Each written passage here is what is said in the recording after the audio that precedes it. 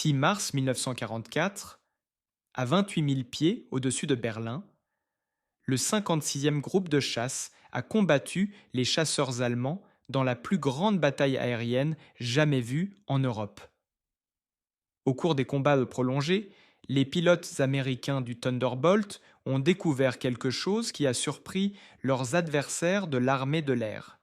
Les chasseurs allemands effectuèrent leurs manœuvres d'évasion habituelles, volant en pente raide pour échapper à la poursuite. Année après année, cette tactique s'est avérée pratiquement infaillible. Le lourd P-47 Thunderbolt. Je n'ai tout simplement pas pu suivre l'ascension du Fowler-Wolf 190 ou du Messerschmitt 109. Mais quelque chose avait changé ce jour de mars. Les chasseurs américains restèrent en l'air pendant les ascensions qui auraient été impossibles. À des altitudes de près de 28 000 pieds, avec les deux, l'avion avait presque atteint sa vitesse de décrochage et les pilotes du Thunderbolt ont ouvert le feu.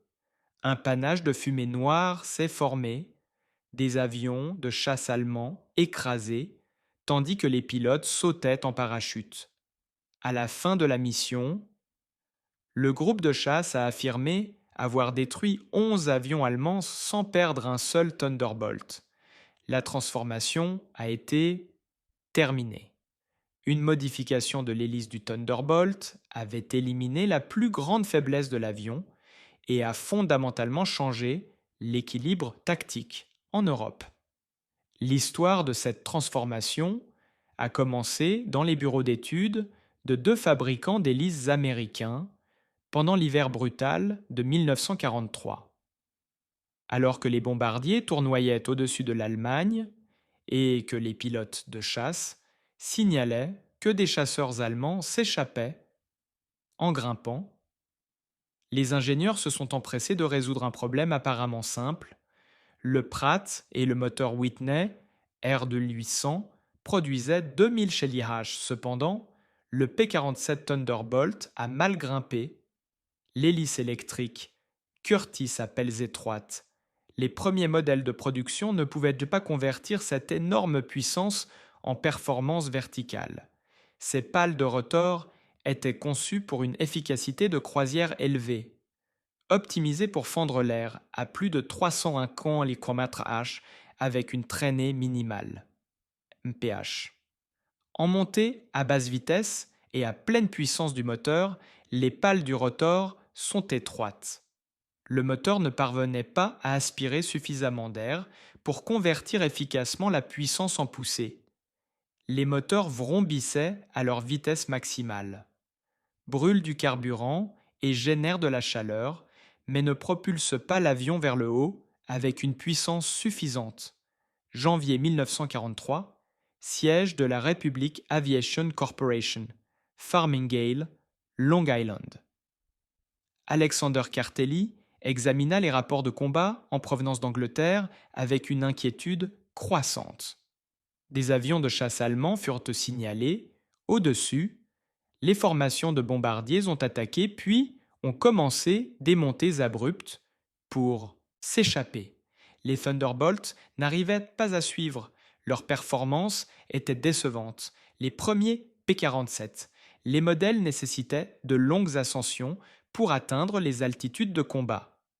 Le Fallwolf 190J et le Messerschmitt 109G a atteint ces altitudes bien plus rapidement. Cette différence de performance, cela a directement entraîné des pertes américaines. Des pilotes sont morts dans des situations où de meilleures performances de montée auraient été possibles. Ils ont été secourus. Certains commandants de l'armée de l'air ont demandé si le P-47 devait rester en première ligne. Cartill a compris le problème technique. Hélice. L'efficacité dépend de l'adaptation de la surface des pales aux conditions de fonctionnement. Les hélices à pales étroites ont montré de bons résultats. Vitesses élevées où les pales fines minimisent la traînée. À basse vitesse en montée. Les piles du rotor avaient besoin d'une plus grande surface pour capturer l'air et convertir la puissance en poussée. Augmenter la surface foliaire semblait évident, mais s'est avéré complexe en pratique. La modification de la conception de l'hélice a affecté l'ensemble du système de l'avion. Des pales mal formées pouvaient générer des vibrations. Cela arracherait les moteurs de leur support. Une mauvaise répartition du poids pourrait créer des harmoniques aux conséquences catastrophiques. Défaillance structurelle. Des caractéristiques de couple incorrectes pourraient rendre l'avion incontrôlable au décollage. République. L'aviation avait besoin d'hélices avec une surface de pale considérablement plus grande qui pouvaient être intégrées dans les avions existants sans modification importante. Deux entreprises se sont affrontées pour résoudre ce problème. Curtiss-Wright, fabricant de l'hélice à pales étroites originale, et Hamilton Standard, fabricant d'hélices pour de nombreux avions militaires. Les deux entreprises ont convenu que le projet gagnant serait des quantités supérieures à 10 000 unités. Plus important encore, cela déterminerait taux de survie de milliers de pilotes américains. Ingénieur des deux entreprises, il a travaillé pendant l'hiver 1943 et a testé les formes des pales de rotor dans des souffleries, calcul des contraintes, construction de prototypes de bagues et de mécanismes de contrôle du pas. Des pilotes américains ont péri alors que les ingénieurs ont affiné les longueurs de guide de lame et les angles de torsion. L'équipe d'ingénieurs de Hamilton Standards a développé une rupture radicale avec la conception conventionnelle des hélices. Au lieu de fines pales coupantes, pour amortir l'air, ils ont proposé de larges lames en forme de pagaie qui captaient l'air comme des poussoirs. À travers l'eau, la corde de la feuille augmenterait considérablement, la forme de la feuille serait. Cette conception, presque rectangulaire sur de longues sections puis effilées vers la pointe, semblait rudimentaire aux ingénieurs. Formés à l'aérodynamique traditionnelle, les essais en soufflerie ont montré des résultats remarquables. La conception crée une poussée nettement supérieure à basse vitesse de vol, avec un sacrifice minimal en termes de performance de pointe. Curtiss-Wright a répondu avec sa propre conception de lame large, conservant une forme de lame elliptique plus traditionnelle, mais la conception de Curtiss a considérablement augmenté la surface globale et inclut des manches de lame. Sur la piste, ce qui a lissé le flux d'air vers le moyeu de l'hélice et réduit les vibrations. Les deux conceptions représentent des améliorations considérables par rapport aux lames étroites d'origine. Republic Aviation a reçu des prototypes d'hélices des deux fabricants en avril 1943. Les tests ont commencé immédiatement dans les installations de Republic et à Wright Field, dans l'Ohio. Les pilotes d'essai de Republic ont systématiquement évalué les deux modèles. Les tests ont montré que les deux modèles, Hamilton, les hélices Cochrane standard et Curtiss, offraient des améliorations de performance quasi identiques. Les taux de montée étaient améliorés. Chaque modèle évoluait de manière spectaculaire. Le Hamilton standard offrait un fonctionnement légèrement plus souple grâce au système hydraulique. Contrôle de pas. La conception de Curtiss était mieux intégrée au système aéronautique existant et plus facile à moderniser. Au P-47 déjà en service à l'étranger. Aucun ne s'est révélé significativement supérieur dans toutes les catégories. L'armée a pris une décision pragmatique basée sur la capacité de production. Les deux seraient homologués pour la production. Les hélices standard Hamilton seraient compatibles avec le nouveau P-47, construit à l'usine République de Farmingale à partir du P-47 D-22 modèle. Les hélices Curtiss conviendraient au P-47 construit à Evansville, usiné dans l'Indiana. Il est livré en kit de modernisation pour les avions plus anciens en Angleterre. La vitesse était le critère principal dans cette décision, utilisé dans le cadre d'une évaluation longue pour déterminer la supériorité théorique. La stratégie de double source compliquerait également les efforts des services de renseignement allemands. La production a commencé en juin 1943, mais des retards dans la fabrication et les tests ont conduit à le premier avion opérationnel n'arrive en Angleterre qu'à la fin du mois de décembre 1943. Tout au long du mois de décembre, les P-47 ont volé vers la RAF Watersam, où ils ont été modernisés par des mécaniciens, avec de nouvelles hélices. Le 56e groupe de chasse, parti de Boxted, dans l'Essex, a terminé la traversée au début de janvier 1944. Le commandant du groupe, le lieutenant-colonel Hubert Zenke, a immédiatement reconnu un pacte tactique. Les performances de Matthews montées, considérablement améliorées, ont permis aux pilotes d'attaquer les chasseurs allemands. Il s'agissait de tactiques verticales qui auraient été suicidaires avec des hélices à pales étroites. Ska organise des entraînements intensifs et développe de nouvelles techniques de combat jusqu'en janvier 1944. Des techniques spécifiquement développées pour les porte-palettes ont amélioré les performances de montée. Les pilotes ont appris à, pour enfermer les chasseurs allemands dans des spirales, manœuvres qui les auraient auparavant rendus vulnérables.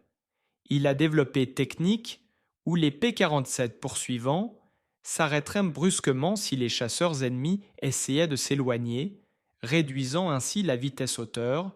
Vous pouvez alors attaquer à nouveau vos cibles avec l'énergie accumulée. Avec des hélices à pales, ces manœuvres auraient provoqué des mouvements de va-et-vient des Thunderbolts à faible vitesse. Avec des hélices à aubes, elles étaient tactiques d'attaque meurtrière.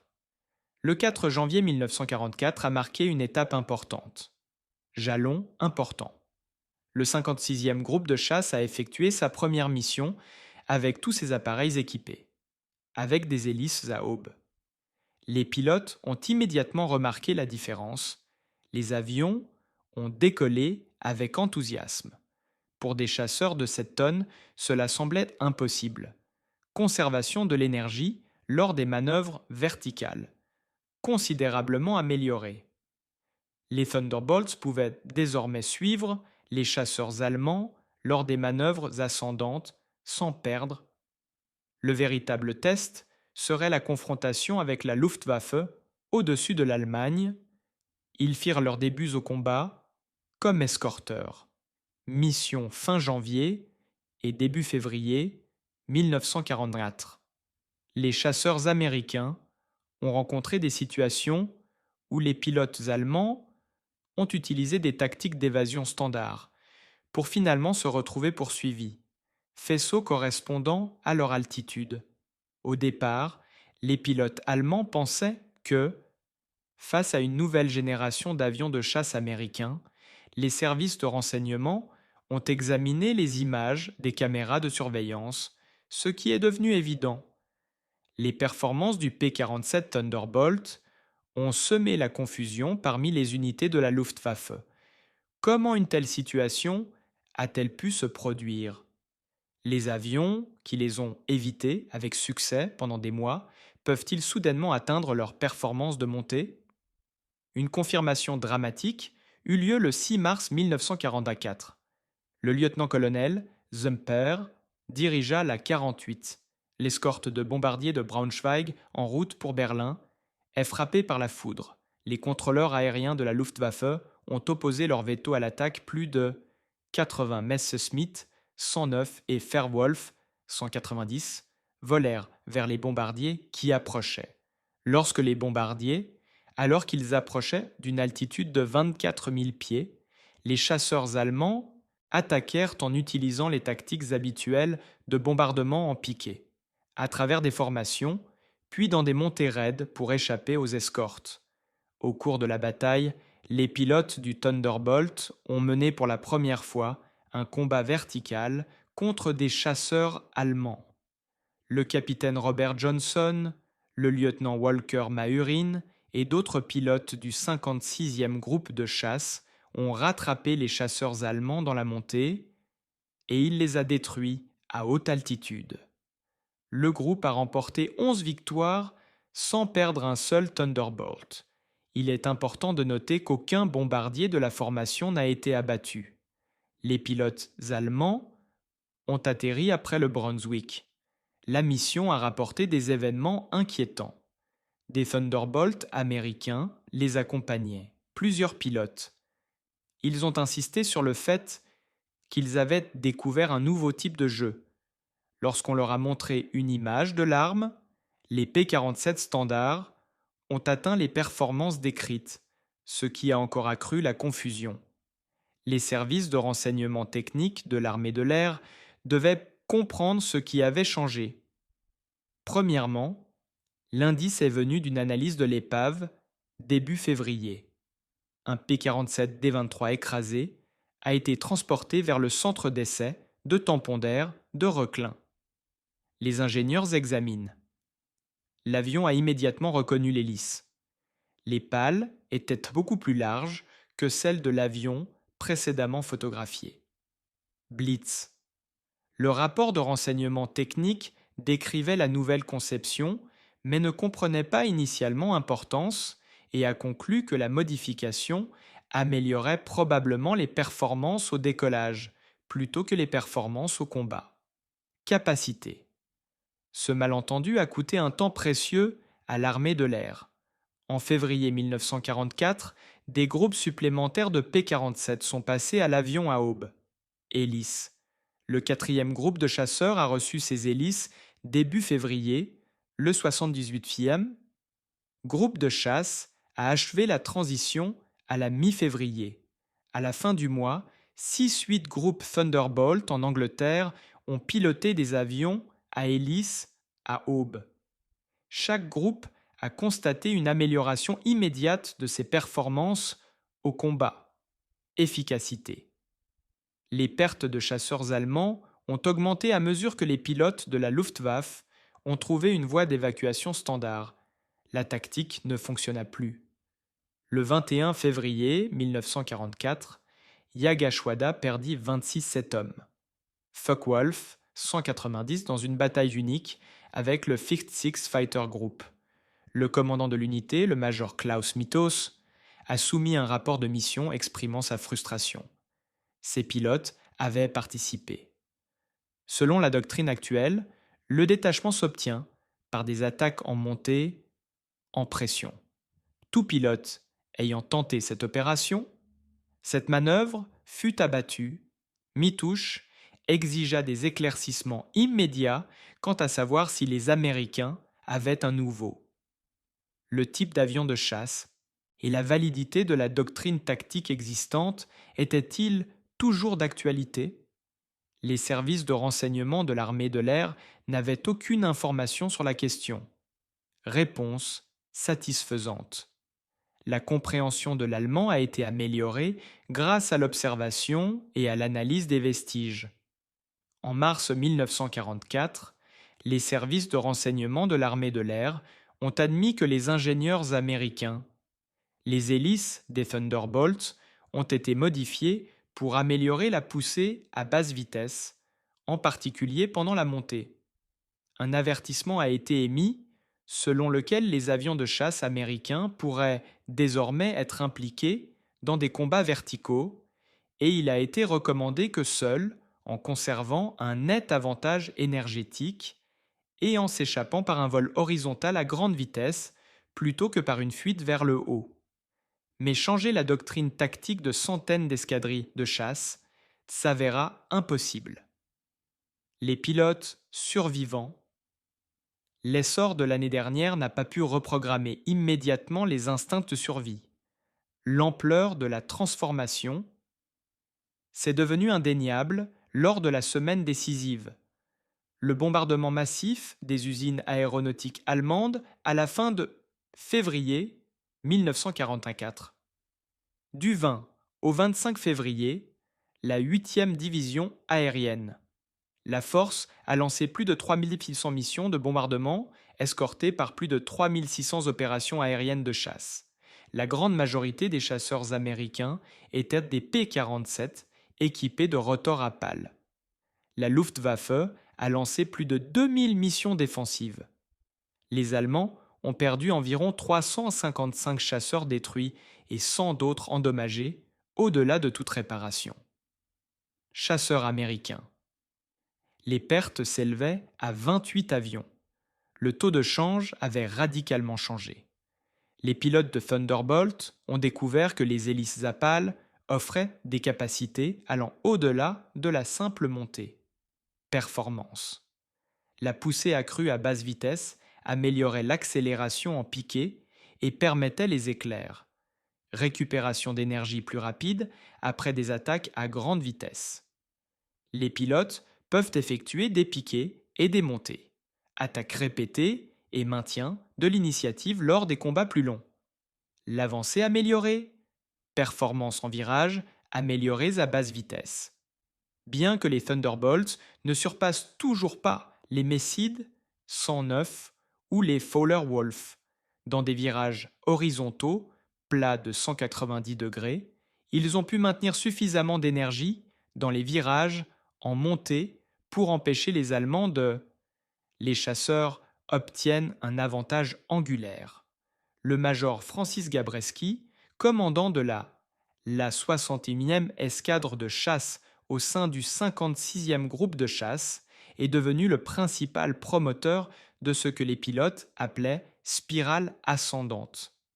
Gabreski attaquait un chasseur allemand à la même altitude, généralement environ 7300 mètres. Au lieu de tenter de déborder l'ennemi, horizontalement, il maintiendrait sa vitesse et amorcerait une montée. Les pilotes allemands ont vu le souvent, une ascension éclair était effectuée dans l'espoir que le chasseur américain perde de la puissance et devienne vulnérable. Mais avec grâce à leurs hélices à aube, les P-47 maintenaient leur taux de montée même en virage. Il effectuerait 2 ou 3 cercles complets vers le haut et réduirait progressivement les performances du chasseur allemand jusqu'à l'ennemi a perdu pied ou a été contraint de battre en retraite. À ce moment, le chasseur allemand évoluant à basse vitesse et à haute altitude, Gabreski se retournait, se précipitait vers la cible et ouvrait le feu depuis une position là où l'ennemi n'avait aucune issue. Gabreski a finalement revendiqué la responsabilité de 28 frappes aériennes. Victoire, pilotant des P-47 Thunderbolt, faisant de lui le meilleur as américain dans l'Europe avec un seul type d'avion. Presque toutes ces victoires ont eu lieu après son escadron utilisait des hélices à aube. Dans des interviews d'après-guerre, Gabreski a toujours considéré la nouvelle hélice comme le facteur le plus important dans la refonte du P-47. Cette modification n'a nécessité que des changements minimes dans la formation des pilotes. L'avion répondait simplement aux souhaits des pilotes. Maintien des performances là où les Thunderbolts à lame étroite auraient échoué. Programme Paddle Blade. Il représentait le fonctionnement efficace de l'industrie américaine, depuis le concept initial jusqu'à la mise en œuvre à grande échelle. Il n'a fallu que 9 mois. 2 entreprises ont conçu, testé et lancé production de 2 modèles d'hélices différents. République Aviation a modifié lignes de production dans 2 usines. Les forces aériennes de l'armée ont développé de nouvelles procédures de maintenance et formé. Les mécaniciens ont expédié des milliers d'hélices outre-Atlantique. Aucun de leurs aspects n'était révolutionnaire. Le succès résidait dans la rapidité et l'ampleur de la mise en œuvre. Les États-Unis ont reconnu un point critique d'efficience et y a remédié plus vite que l'Allemagne n'a pu développer de contre-mesures. Les concepteurs d'avions allemands avaient un savoir-faire technique a permis d'obtenir des améliorations similaires. Messerschmitt et Fowler-Wolf ont tous deux utilisé des hélices éprouvées, Des ingénieurs ont reconnu les avantages théoriques d'une surface de lame plus grande, mais l'économie de guerre allemande n'était pas en mesure de soutenir des programmes de restructuration rapide en 1944. La production aéronautique allemande tournait à plein régime et se concentrait sur la production. Les modèles existants sont en nombre suffisant pour remplacer les pertes au combat. L'introduction de nouveaux modèles d'hélices nécessite le réoutillage des lignes de production, la recertification des performances des avions, la mise à jour des manuels de maintenance et formation des mécaniciens. L'arrêt de la production coûterait des milliers de chasseurs, alors que l'Allemagne en avait désespérément besoin. Tous les avions. Les Allemands étaient piégés par cet emplacement stratégique. Ils avaient pour besoin. Les Américains ont apporté des améliorations, mais ils ne pouvaient pas se permettre les interruptions de production nécessaires. Cela a mis en évidence différences entre les approches américaines et allemandes en matière de développement aéronautique. Les concepteurs américains ont accepté solutions rapidement applicables. L'hélice à aube était aérodynamiquement moins efficace que les autres conceptions sophistiquées. Elle générait plus de traînées que des pales plus étroites à grande vitesse. Elle était plus lourde, ce qui nécessitait des bagues renforcées et des mécanismes de contrôle du pas. Mais cela a résolu le problème immédiat sans des années de développement visant à optimiser chaque paramètre. Les designers allemands ont souvent recherché la perfection théorique au détriment de mise en œuvre pratique. Les développeurs d'hélices allemands ont travaillé sur des systèmes de réglage avancés qui, théoriquement, ils seraient supérieurs aux pagaies américaines rudimentaires, mais ces conceptions avancées existaient principalement dans papier, sans jamais entrer dans les opérations opérationnelles en quantité significative. Jusqu'en mars, en 1944, le Thunderbolt à pales était devenu le chasseur d'escorte américain standard en Europe. L'avion n'était plus. Il ne s'agit plus d'une plateforme compromise, attendant d'être remplacée par les Mustang P-51 à plus longue portée. Le Thunderbolt était devenu un redoutable chasseur de supériorité aérienne, dominant ses adversaires allemands dans la plupart des cas. Situation de combat. L'impact psychologique fut considérable. Les équipages de bombardiers américains. Il avait regardé, impuissant, tout au long de l'année 1943, les avions de chasse allemands s'envoler. Nous avons maintenant vu des chasseurs ennemis poursuivis et détruits dans des combats d'escalade.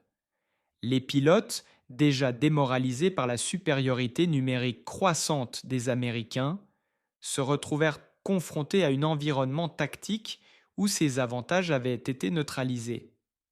Le Fula-Wolf 190, conçu comme un modèle supérieur, le Thunderbolt a été égalé ou dépassé dans presque toutes les catégories de performance où il affirmait une nette supériorité.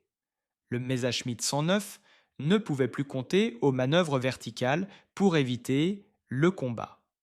Les pertes de chasseurs allemands ont augmenté de façon constante jusqu'au printemps 1944.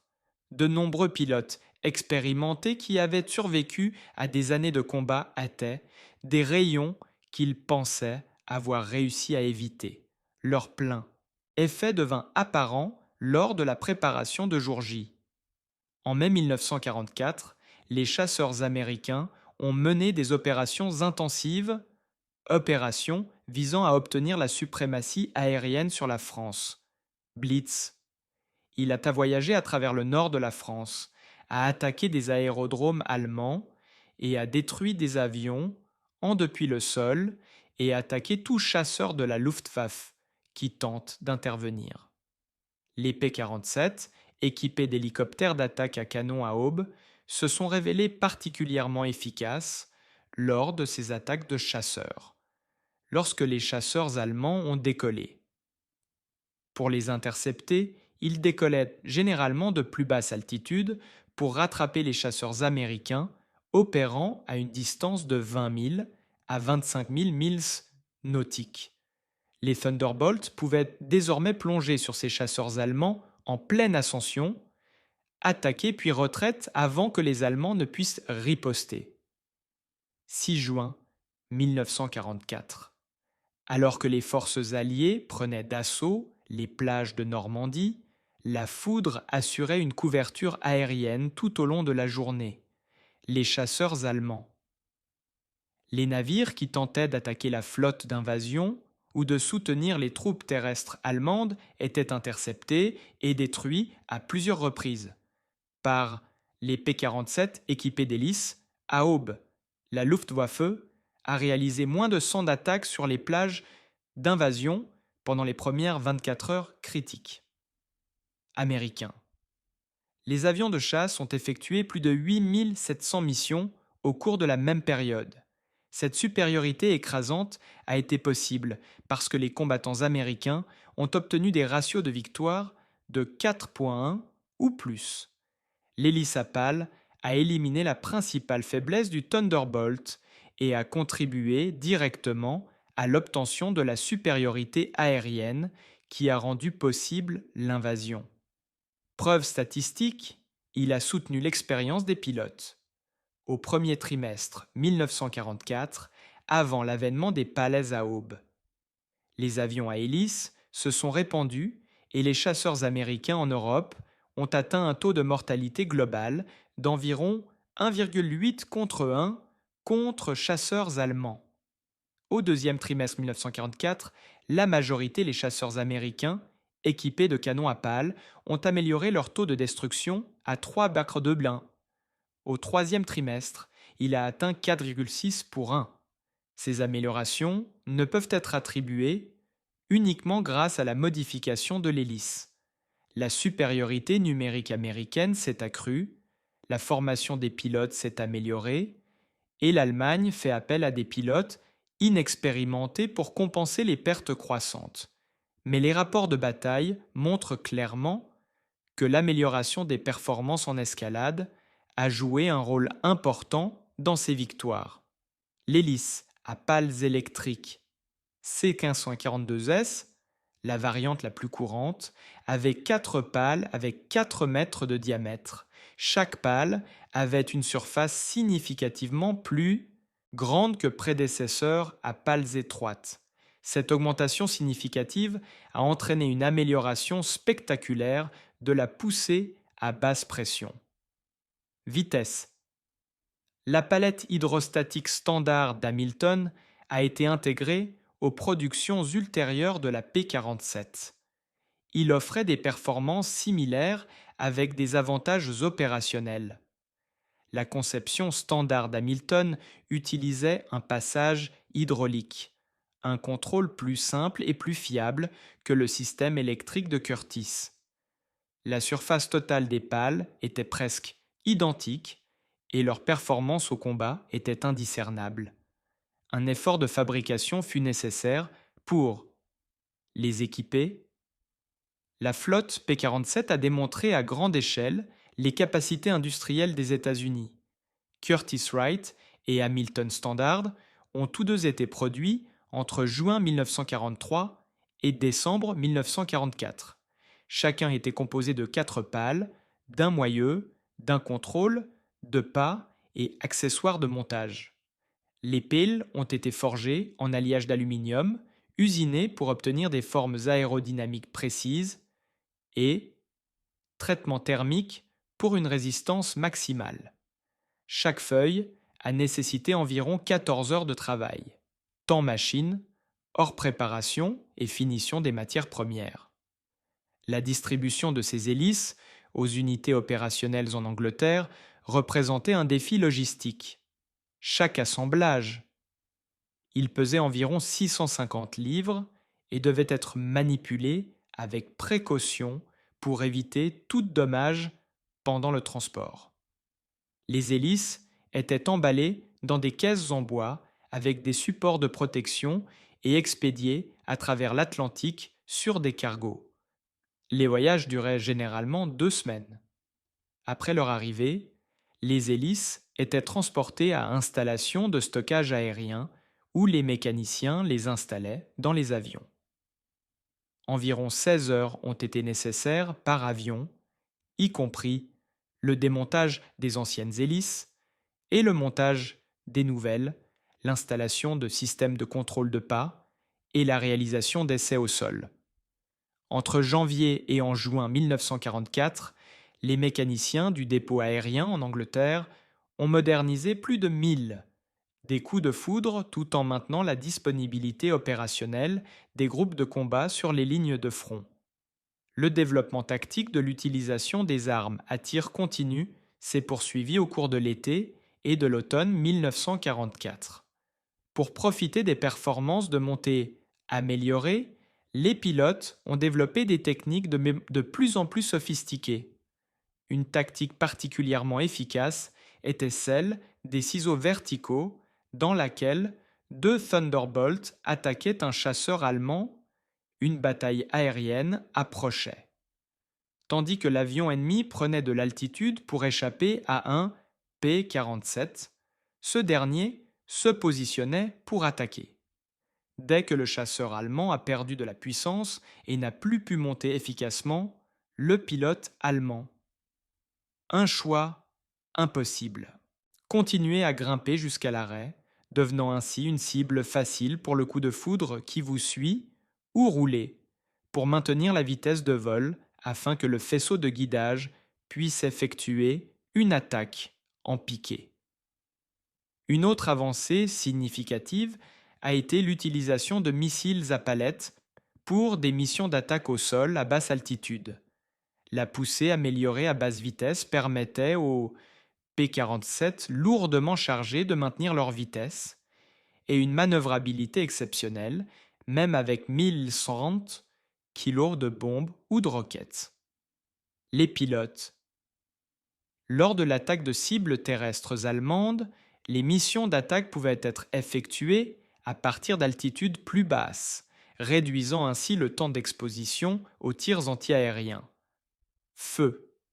Après avoir largué les munitions, les Thunderbolts à palettes ont pu s'éloigner des zones ciblées, rapidement, ce qui réduisit encore davantage la vulnérabilité.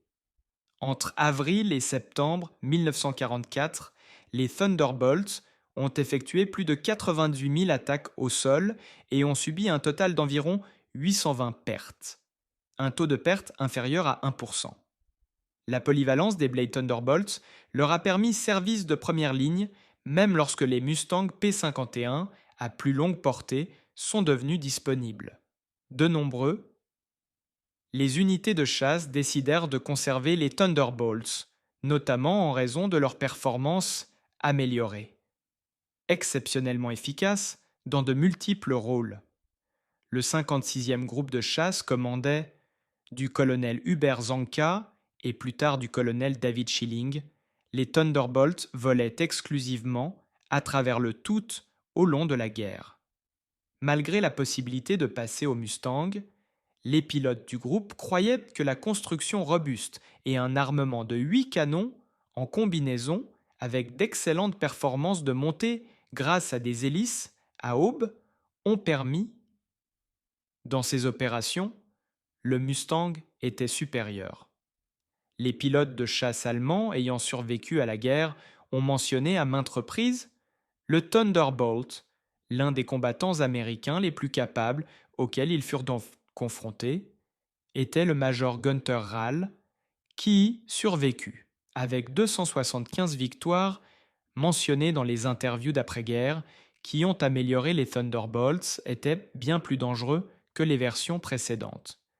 R expliqua que les pilotes allemands ils traitent les Thunderbolts avec leur pales, avec le même respect qu'ils ont montré au Mustang P51 et reconnaissent l'importance de l'Amérique. Le chasseur était capable de rivaliser avec les performances allemandes dans la plupart des situations de combat. L'expérience d'ingénierie de ce programme influença le développement de l'aviation américaine jusqu'à la fin de la guerre. Le développement et le déploiement rapide ont montré que les améliorations progressives apportées aux avions existants peuvent souvent offrir une meilleure valeur que développement de type entièrement nouveau. Le P-47 lui-même a bénéficié du développement continu, amélioration au-delà des modifications apportées à l'hélice, système d'injection d'eau et de méthanol, augmentation de la puissance du moteur pendant une courte période à 2535 catch.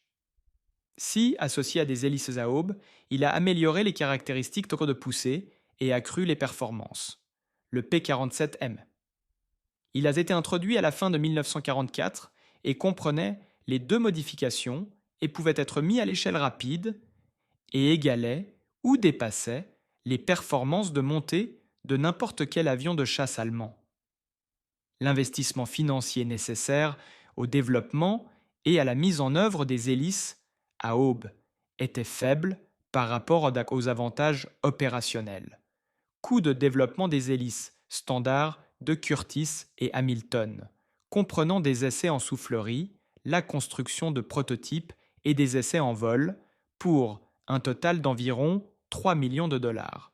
En comparaison, le développement d'un avion de combat entièrement nouveau aurait coûté au moins 100 millions de dollars et aurait coûté entre 2 et 3 millions de dollars, an avant sa mise en service. L'hélice à aubes représentait. C'est exactement le genre de renforcement rentable qui rendait la puissance aérienne américaine difficile à égaler. Les hélices ont également souligné l'importance des boucles de rétroaction entre les opérations de combat et le développement des avions. Les problèmes avec les hélices à pales étroites ont été identifiés par les pilotes de première ligne qui ont ensuite soumis des rapports décrivant des chasseurs allemands ont réussi à s'échapper en escaladant les montagnes. Ces rapports ont été filtrés par les systèmes de renseignement pour contacter des ingénieurs capables de diagnostiquer les causes et de développer des solutions. Cette boucle de rétroaction a relativement bien fonctionné. Rapidement aux problèmes identifiés au combat, ce qui a conduit à des solutions techniques en quelques mois. Les forces armées allemandes avaient en théorie, ils disposaient de systèmes de rétroaction, mais ils étaient de plus en plus perturbés par le chaos de la stratégie allemande en détérioration. Position. Les implications stratégiques allaient au-delà du combat aérien direct. La réalisation de la supériorité aérienne sur l'Europe, à laquelle le paratonnerre amélioré a largement contribué, a permis aux forces terrestres alliées, les troupes progressent avec une interférence minimale de l'aviation allemande. Lors de la retraite de Normandie, en août en 1944, les troupes terrestres américaines ont progressé sous la protection de la supériorité aérienne, en grande partie par la foudre. Les troupes terrestres allemandes, tentant de se retirer ou de se repositionner, se sont retrouvées sous les attaques constantes des chasseurs alliés. Les performances de montée, améliorées, ont permis aux chasseurs allemands de tenter. Les avions qui perturbent les missions d'attaque au sol peuvent être rapidement interceptés et détruits par les P-47 d'escorte.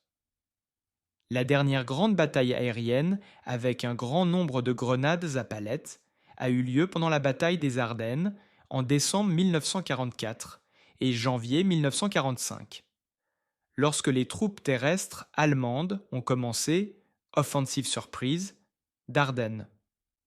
Le mauvais temps a initialement empêché les opérations aériennes de fonctionner. Lorsque le temps s'est éclairci, le 23 décembre, les forces aériennes alliées lancent des attaques massives contre les troupes terrestres et les lignes d'approvisionnement allemandes. Les Thunderbolts, équipés d'avions à pales, effectuaient des centaines de missions par jour, attaquant des véhicules blindés, des camions et de l'artillerie allemand. Position. Les chasseurs de la Luftwaffe ont tenté d'intervenir, mais étaient constamment repoussés par des P-47 d'escorte. En février 1945, la résistance organisée de la Luftwaffe en Europe occidentale était pratiquement au point mort. Les unités de combat allemandes se sont retirées pour défendre leur patrie contre l'escalade des bombardements stratégiques. Les Paddleblade Thunderbolts ont joué un rôle important dans l'obtention de cette supériorité aérienne, bien que leur contribution, elle a été éclipsée par la réputation plus glamour du P-51 Mustang. Les historiens militaires qui étudient la guerre aérienne ont parfois minimisé l'importance des Thunderbolts et ont plutôt mis l'accent sur le P-51. Ils remportèrent de nouvelles victoires aériennes et pénétrèrent plus profondément en Allemagne.